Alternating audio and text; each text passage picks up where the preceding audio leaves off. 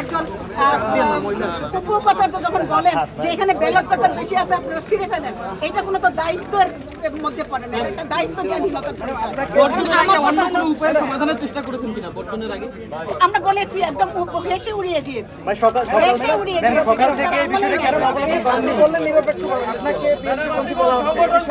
আমাকে জুলাই আগস্টেও বিএনপি পন্থী বলা হয়েছে, এখন আমি বিএনপি পন্থী সেটা অস্বীকার করি না, কিন্তু বিএনপি পন্থীর কোনো শিক্ষক যদি ন্যায্য কথাটা বলে সেই কথাটা ন্যায্যই থেকে যায়, সেটা আসলে অন্যায্য হয়ে যায়।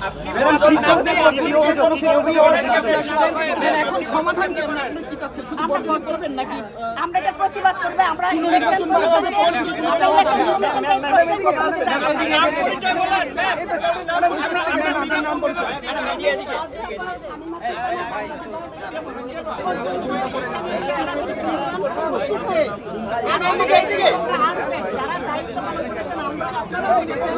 এমন কোন হল নাই যেটাতে গন্ডগোল হয়।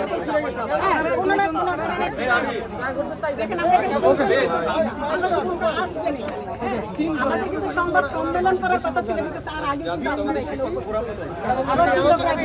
আমি অধ্যাপক শামিলা সুলতানা, বাংলা বিভাগ, বাংলা বিভাগের অধ্যাপক। তা আমার মনে হয়েছে যে অনিয়মগুলি দেখেছি, আপনি দেখেন আমি নির্বাচন কমিশনের একজন সদস্যকে আমি কল করেছি, দেখেন আপনারা যে মার্কারটা দিয়েছে সেই মার্কারের কালিটা থাকছে না, উনি হেসে উড়িয়ে এই যে খামখেয়ালিপনা, এই যে এবং যে সদস্য যারা ভোটার ছিল ভোটারদেরকে হালনাগাদ না করা এবং নতুন তৈরি করা এবং সবকিছু দেখে আমার মনে হয়েছে, এবং কোথাও কোথাও দেখা যাচ্ছে ভোটে ঢুকতে দেওয়া, আবার কাউকে কাউকে গেট পর্যন্ত গেলে আক্রমণ করা, এগুলি আমাদেরকে আসলে অনেক ব্যথিত করেছে। আমার মনে হয়েছে যে এটার পিছনে নিশ্চয়ই কোনো একটা উদ্দেশ্য আছে, সেই জায়গা থেকে আমার মনে হয়েছে এই নির্বাচনে আমাদের দাঁড়িয়ে থাকা, সেই জায়গা থেকে আমরা আসলে নির্বাচন শেষ হওয়ার আধা ঘন্টা আগে